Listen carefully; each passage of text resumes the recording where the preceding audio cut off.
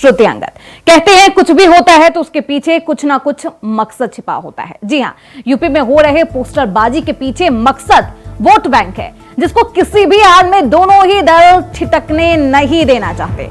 CM योगी ने बटेंगे तो कटेंगे वाला बयान भले ही हरियाणा चुनाव में दिया हो, लेकिन इस बयान को हरियाणा चुनाव के नतीजे आने के बाद और यूपी चुनाव से पहले भुनाया जा रहा है। बयान का खौफ कहे या फिर क्रेज इतना बढ़ गया है कि समाजवादी पार्टी के नेता भी इसको भूले ना भुला रहे और पोस्टर बना रहे इसको लेकर। समाजवादी पार्टी मुख्यालय के बाहर सीएम योगी के नारों का पोस्टर लगा दिया गया। इसके पहले सपा का 27 का सत्ताधीश वाला पोस्टर भी चर्चा में रहा। फिर शिवपाल यादव का बयान आता है, फिर सपा ने एक पोस्टर लगाया और सीएम योगी के बयान का पलटवार किया। बटेंगे तो कटेंगे, तो लिखा ना बटेंगे ना कटेंगे, 2027 में नफरत वाले हटेंगे। इस बयान पर भी सपा की दीवानगी इतनी ही पर ही नहीं थमती है और समाजवादी पार्टी ने एक बार फिर एक नया पोस्टर जारी कर दिया है। इस पोस्टर में समाजवादी पार्टी की तरफ से लिखा गया, जुड़ेंगे तो जीतेंगे।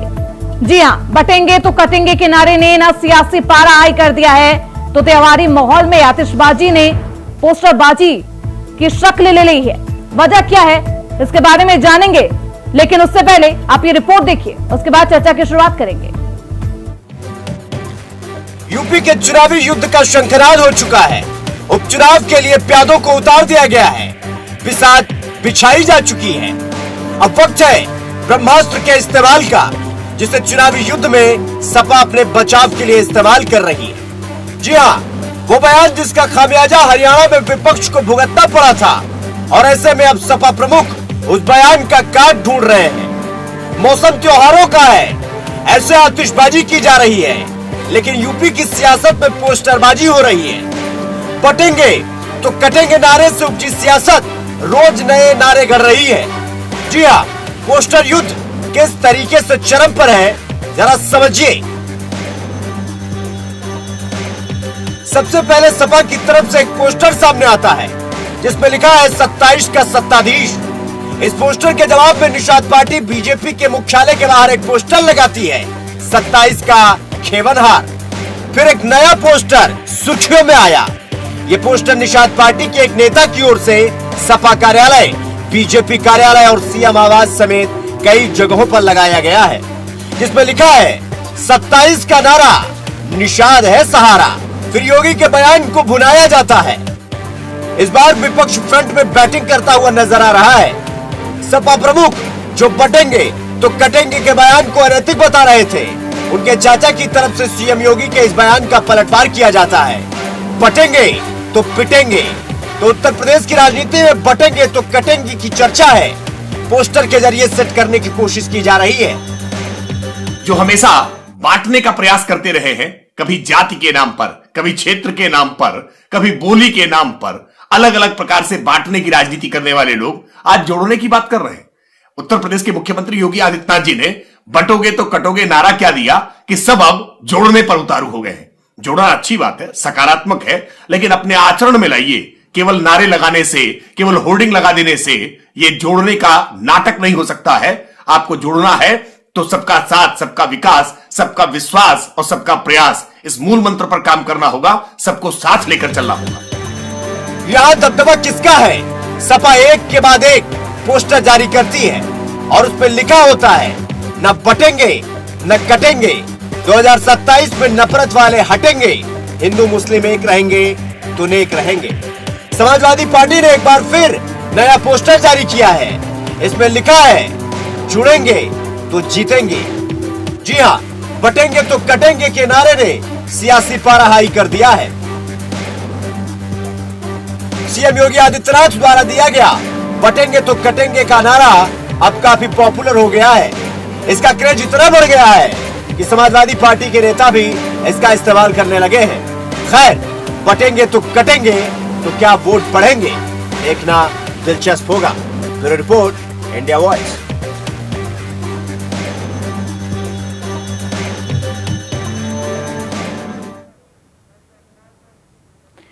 तो सीएम योगी के इस बयान पर सियासत तेज है और उस बयान का असर उपचुनाव पर भी दिखने लगा है। हमारे साथ हमारे दिग्गज मेहमान जुड़ चुके हैं, परिचय करवा देती हूं। नवीन शर्मा है, नेता है बीजेपी के।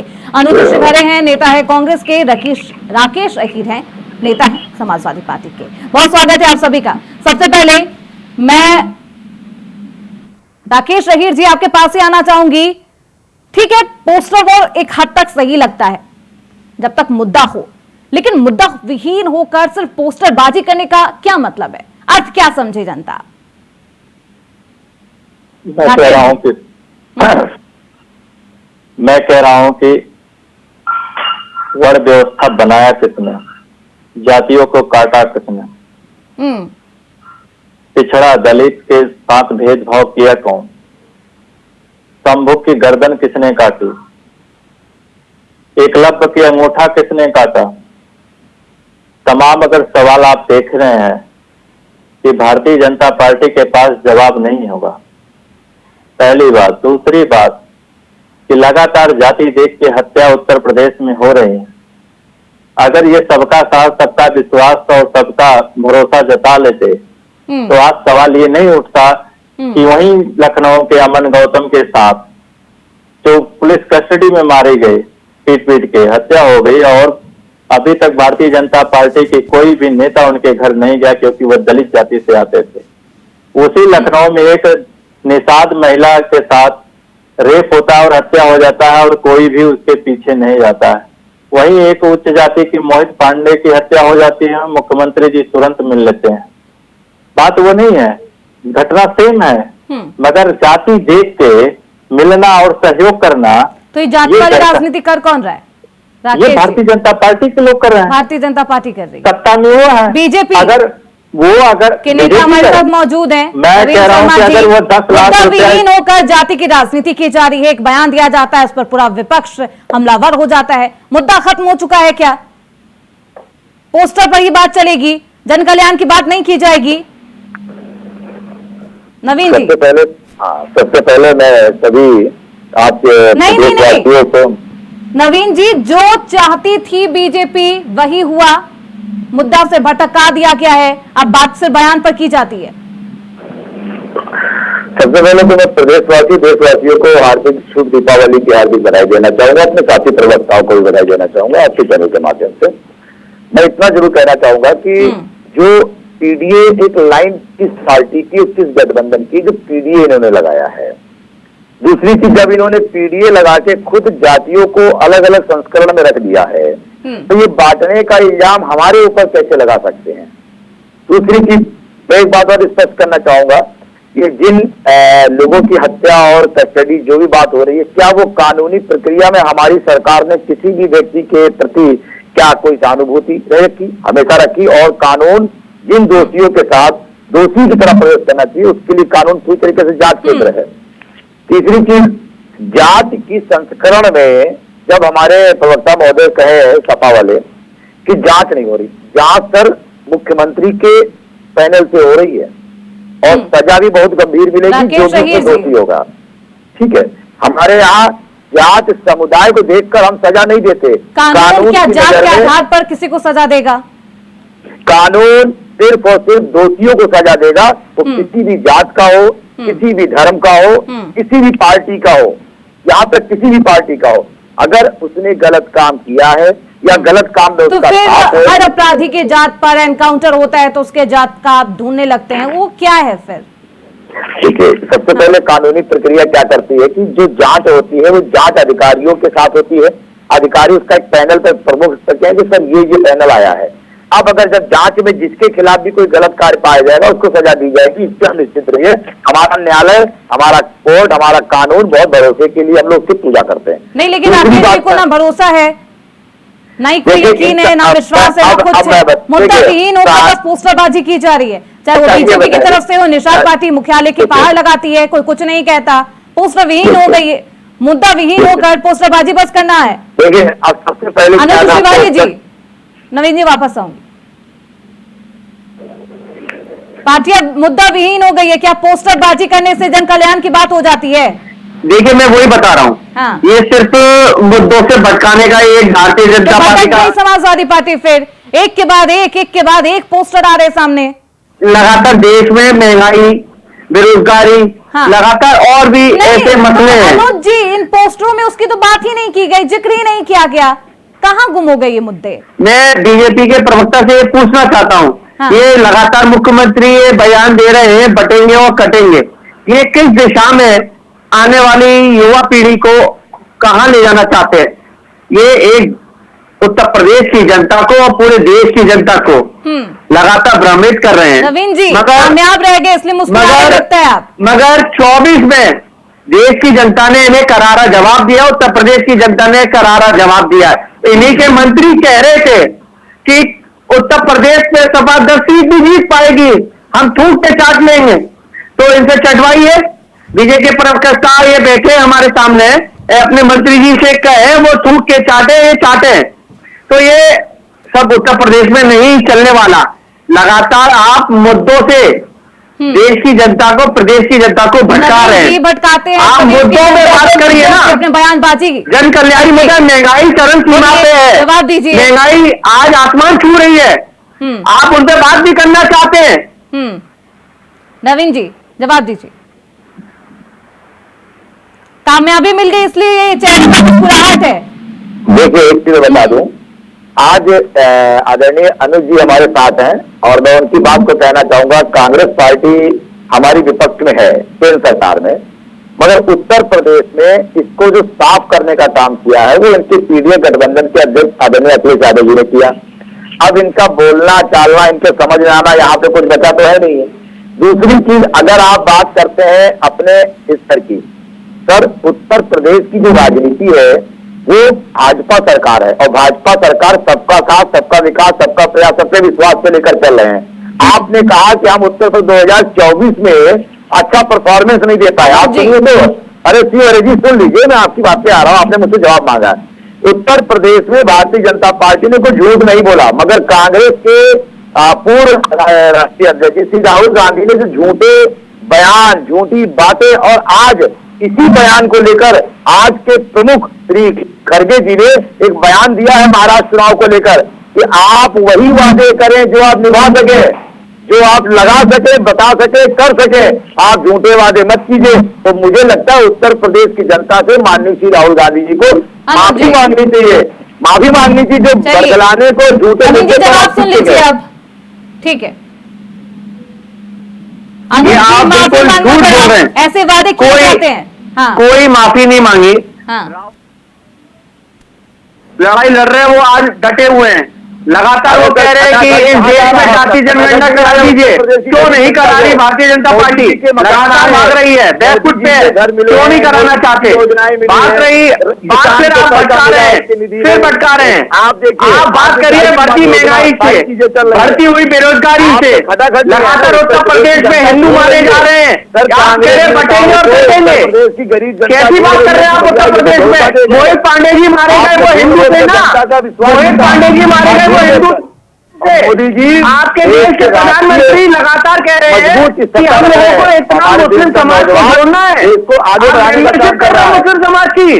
आपकी गाड़ी खराब हो जाती है तो आप मुस्लिम समाज के व्यक्ति से गाड़ी ठीक कराते हैं। इस देश की जनता को लगातार आप भ्रमित कर रहे हैं, ये नहीं चला देश की जनता में। आपकी गाड़ी पंचर हो जाती है, आप मुस्लिम पंचर वाले से पंचर दौड़ाते हैं, मत दौड़ाइए, बंद करिए ये ठगी। उत्तर प्रदेश में नहीं चलेगी ये ठगी। हमारे यहाँ न्याय व्यवस्था हर धर्म हर जात के लिए कोई न्याय व्यवस्था नहीं है।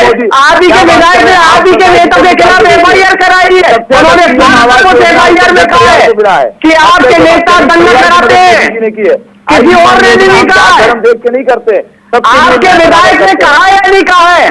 और रिकॉर्डेड FIR में उनका बयान है, आप इसको डिनाई नहीं कर सकते, आपको सत्यता को स्वीकारना पड़ेगा। मगर आप झूठ यूनिवर्सिटी के ऐसे मालिक हैं, आपकी उत्तर प्रदेश में जनता आपको खदेड़ने वाली है। उत्तर प्रदेश में आपको निश्चित रूप से 10 में से एक ही सीट मिलेगी। 1 जुलाई को यूपी में योजना आपकी रिलीज नहीं हुई, इस सत्यता को आप छुटला सकते हैं। आप माननीय राहुल गांधी जी को कह दीजिए वो झूठ बोलते हैं, बोल दीजिए। आज राष्ट्रीय अध्यक्ष आपके आदरणीय के साथ में क्या राकेश शहीर जी, नवीन जी ने कहा कि कांग्रेस को साफ करने का काम तो समाजवादी पार्टी कर रही है, इसलिए उपचुनाव में कोई सीट भी नहीं दी, इतने मांगने के बावजूद भी नहीं दी गई और सिर्फ पोस्टरबाजी चल रही है।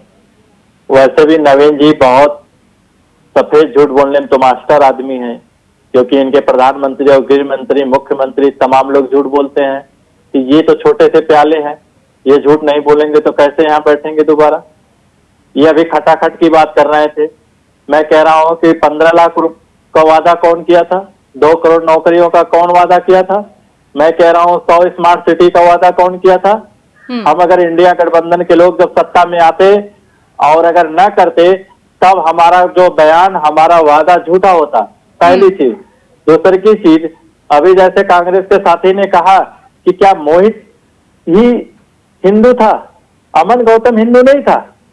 अगर अमन का अंदर हिंदू होता तो क्या मुख्यमंत्री आवास में मुख्यमंत्री बुला के उसके परिवार से भी मिलते और उसको भी 10 लाख का आर्थिक सहयोग करते और जो भी सुविधा उनको दिए मोहित को वही उनको देते। जो निषाद बेटी के साथ अन्याय हुआ वहां भी मिलते। जो जौनपुर नवीन शर्मा जी, श्रुति जी, मोहित पांडे में बीजेपी के नेता का नाम सामने आने लगा, इसलिए सीएम आवास पर मुलाकात भी होती है। हाँ, मैं एक चीज जरूर बताना चाहूंगा, जो लखनऊ की 2 घटनाएं हुई, 3 घटनाएं हुई, आपको भी एक पता ही नहीं चला कि एक निषाद बेटी के साथ भी दुष्कर्म हुआ। मैं जो पुलिस कस्टडी की बात कर रहा हूँ आपसे राकेश जी, मैं आपकी वो बात कर रहा हूँ कि आपने गौतम जी की चर्चा की। मैं आपको बता दूं, कानून में जिन जिन के खिलाफ दोषियों का नाम आया है, मैं कह रहा हूँ मुख्यमंत्री जी क्यों नहीं मिले।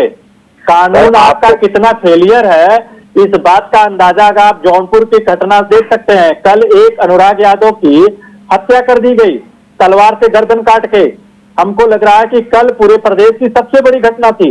आज उसी जौनपुर जिला में एक पंचर बनाने वाले व्यक्ति की, अमरजीत पटेल की, सुबह 3 बजे गोली मार के हत्या कर दी गई। आपका लॉ एंड ऑर्डर और कानून व्यवस्था आपका वैसे ही फेल है।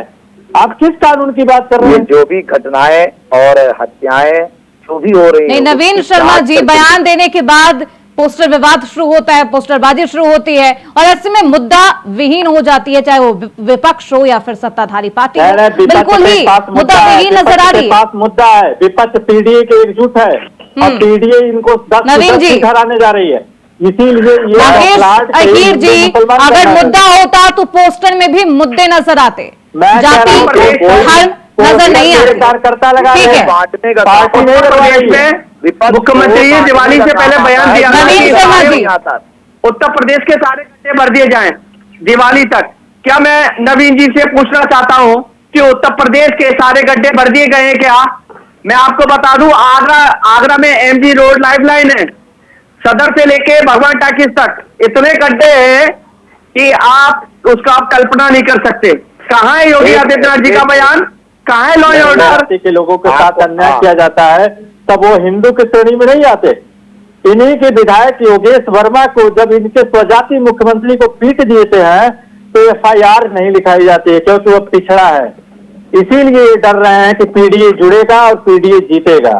ये इसलिए डर रहे हैं राकेश जी, ये नफरती बयान से ये देश समझ गया कि नफरती बयान से सिर्फ देश को बांटने का काम कर रहे हैं, गुमराह करने का काम कर रहे हैं। इससे ज्यादा नवनीत भाई कुछ आप नहीं कर रहे हैं। विधायक जी के साथ जिन्होंने भी ये हरकत, माननीय विधायक जी कैसे पिटे, कितना थप्पड़ लगा, ये पूरा देश देख रहा था। आप उससे सफाई ना दीजिए।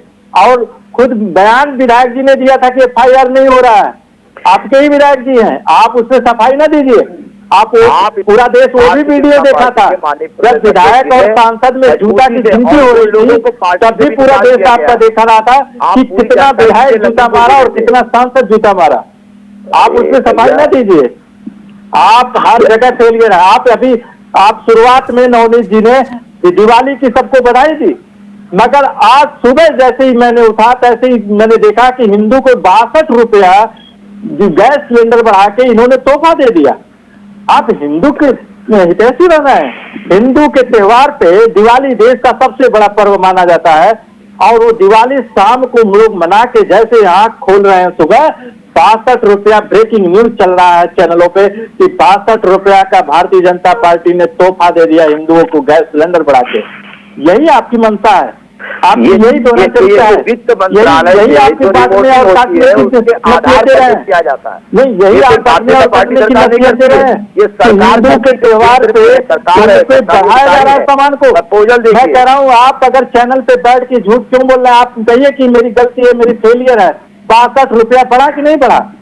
आप मानिए, आप ये क्यों भूल जाते हैं? 62 रुपया बढ़ा गैस सिलेंडर की नहीं बढ़ा, ये आप मानिए। कितने दिए आप 62 रुपया बढ़ा कि नहीं बढ़ा? त्योहारों में गैस गरीबों को मुफ्त कौन देता है? मैं कह रहा हूँ 62 रुपया फिर क्यों बढ़ा दिए? तभी आप, मैं कह रहा हूँ 62 रुपया बढ़ाए क्यों? सिलेंडर किसी को मुफ्त दिया? आप अनुज जी, राकेश जी, ये महंगाई का मुद्दा, चाहे रोजगार का मुद्दा हो, महिला सुरक्षा का मुद्दा, सुन लीजिए नवीन जी, राकेश जी, अनुज जी, सुन लीजिए।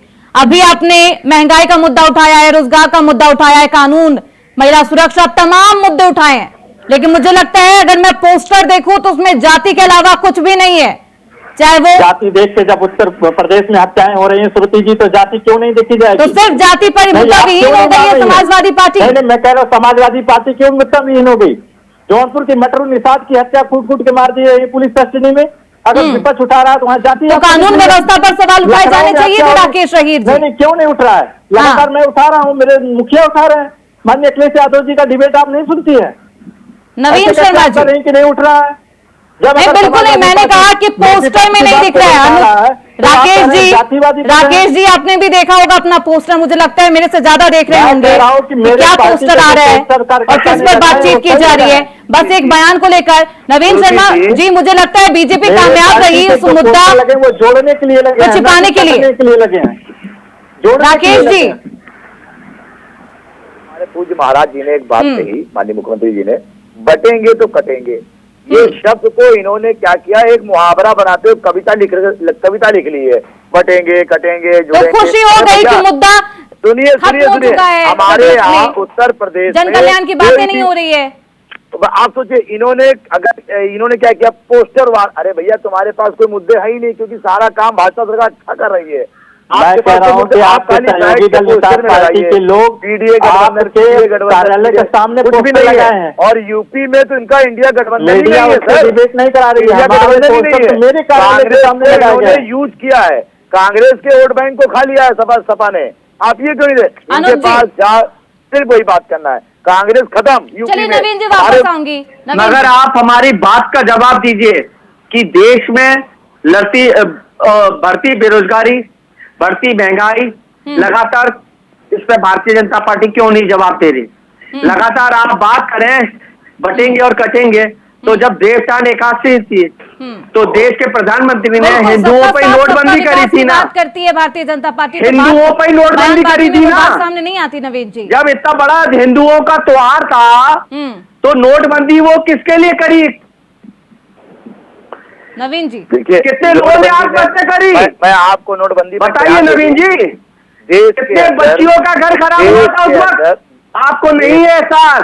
इस देश की जनता का एक एक मृत्यु का हिसाब आपको देना पड़ेगा, जिससे आप वंचित नहीं रहेंगे। आपने 40 पुलवामा में एक ही साथ लोग मरे थे, वो हिंदू थे ना, कोई मुस्लिम नहीं थे। आपको इसका जवाब देना पड़ेगा। आज तक आपको जांच नहीं बैठा पा रहा है। हम भारत की राजनीति तो जवाब आप हिंदू मुस्लिम राजनीति आपके प्रधानमंत्री नहीं दे पा रहे, आप कर रहे हैं। बटेंगे और बटेंगे। सुन लीजिए हमारा नारा, भारतीयों का सम्मान करते हैं, सभी धर्मों का सम्मान करते हैं, सभी जातियों का सम्मान करते हैं, एक रहेंगे, बांटने का काम नहीं कि भैया बटना नहीं है, ये हमारा बताया है बटना नहीं है, मगर आप लोगों ने बता दिया है भैया हम लोग देश की जनता तो हम लोग समझ चुकी है, पार्टी बचे नहीं हुए, लोगों को खदेड़ने जा रही है। अगला अल्पसंख्यक योजनाओं का फायदा उठाते आप लोगों को खुद नहीं मालूम, आप लोग क्या बयान दे रहे हैं, नेता क्या बयान दे रहे हैं? हमारे यहाँ कोई भी बता नहीं है। देश की जनता को अगर आप लगातार ऐसा जहर बोल रहे हैं, इसका मतलब आने वाले समय में आपको ही झेलना पड़ेगा। बटे हुए हैं, आप बटे हुए हैं सर, हम नहीं बटे हुए हैं। हमारे वहाँ सब एक हैं, दलित, अगड़ा, पिछड़ा, अल्पसंख्यक। हमारी तो दलितों के साथ अत्याचार कर रहे हैं देश में, कोई सर अत्याचार नहीं कर रहे हैं। आपकी पार्टी में क्या क्या होता है ये आप मुझे बहरहाल पुरानी लिस्टों को खोलूंगा तो इतना टाइम नहीं होगा। राकेश रहीर जी, नवीन शर्मा जी कह रहे हैं कि हिंदू और मुस्लिम की जो बात करती है, यानी कि धर्म पर जो राजनीति करती है, वो विपक्ष पार्टी है, विपक्षी पार्टियां हैं। श्रुति जी, नवनीत जी, नवीन जी के पास कोई सवाल का जवाब नहीं है, सिर्फ उसमें बड़बड़ करके बोलना। ये नेशनल चैनल के श्रोता भी देख रहे होंगे तो कह रहे हैं कितना सफेद झूठ बोल रहा। मैं कह रहा हूँ जब आपके लोग बटे नहीं है, दलित को भी उतने सम्मान नजरिए से देख रहे हैं, तो अमन गौतम के परिवार को अभी तक 10 लाख रुपया और उनके घर कोई क्यों नहीं गया? अगर मुख्यमंत्री नहीं मिले तो मैं कह रहा हूँ तो आपके कोई कैबिनेट मंत्री के स्तर का नेता क्यों नहीं गया? इसका जवाब उनके पास है। पहली चीज सुन लीजिए। दूसरी चीज, ये जो कह रहे हैं मैंने विकास किया, अभी डीएपी खाद की मैं बहुत प्रमुख बात कर रहा हूँ जो किसानों के, ये शायद आपके श्रोता देखेंगे तो कहेंगे कि कोई प्रवक्ता हमारी बात को उठा रहा है। डीएपी के खाद के लिए इतनी लंबी लाइन लगी है और इतना मारा हो रहा है कि 2-3 जिलों का आपने वीडियो देखा होगा कि लड़ाई झगड़ा तक हो गया। ये डीएपी खाद नहीं दे पा रहे हैं लोगों को, किसानों को। ये सिर्फ बात करेंगे, बटेंगे, कटेंगे। क्या वो जो किसान है वो हिंदू नहीं है? क्या उनको खाद मुहैया करा पा रही है? ये नहीं करा रहे हैं। केवल बस ये जैसे हमारे कांग्रेस के साथी ने कहा कि नोटबंदी से लाइन कितने ही लगा है, लाइन के अलावा इनके पास कोई ऐसी स्कीम नहीं है कि जिससे सुविधा पूर्वक चीजें जो है आसानी से लोगों को मुहैया हो जाए। राकेश जी जवाब सुन लीजिए। राकेश जी, मैं आपको बताना चाहूंगा कम समय में ये जो भी वीडियोस आपके जहां से भी आए हैं, वहां के निरीक्षक ने कार्रवाई सख्त करने के लिए डीएम से आदेश हो चुका है। आप वहां पता कराइए दोबारा जाके। दूसरी चीज, उत्तर प्रदेश के किसान का भारत के किसी भी किसान को कोई समस्या नहीं है। और चलिए, समय का अभाव है। नवीन शर्मा जी, अनूज शिवहरे जी, राकेश अहीर जी, इसलिए चर्चा को यहीं पर विराम देना होगा। बहुत शुक्रिया आप सभी का इस चर्चा में बने रहने के लिए, अपना समय देने के लिए। तो बटेंगे तो कटेंगे, इस बयान पर पोस्टरबाजी खूब शुरू की जा रही है, खूब हो रही है। ऐसे में इस बयान का असर उपचुनाव पर क्या कुछ होता है, उसके नतीजे क्या कुछ होते हैं और जनता जनादेश क्या कुछ देती है यूपी उपचुनाव में, देखना बेहद दिलचस्प होगा। इसी के साथ इस चर्चा में बस इतना ही। देखते रहिए इंडिया वॉइस।